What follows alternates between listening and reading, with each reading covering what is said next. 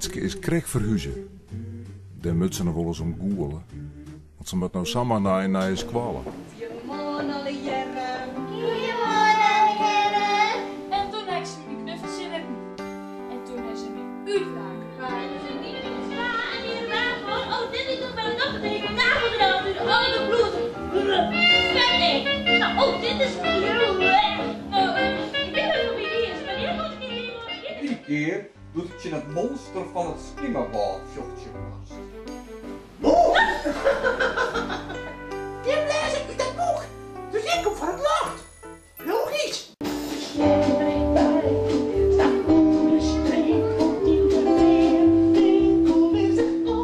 leer van mij.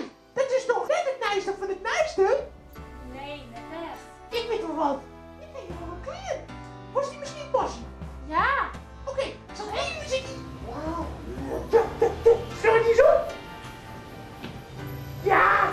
Prachtig. Prachtig. Oh, dat is de woord. Volg je de nijste woorden. Er is nog zo'n zon.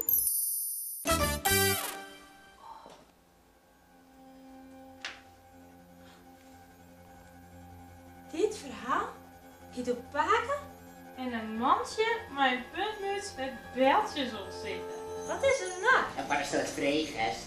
En dat is een grappenmaker. Muziek!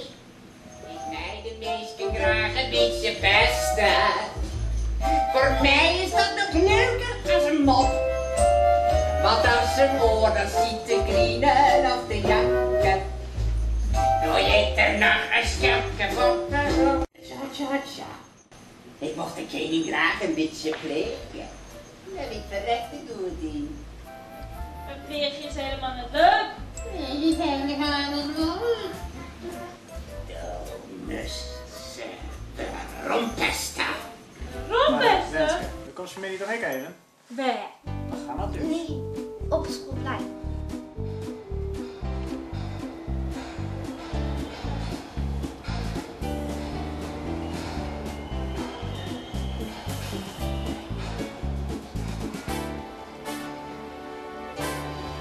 Was jij gistermiddag het hele met jou zitten dan? Dan ben ik er nooit, jongen. En ik wil je een drip met de machine. Iedere klasse shit mij met een pistool. Toch is dat nou die nare industrie wat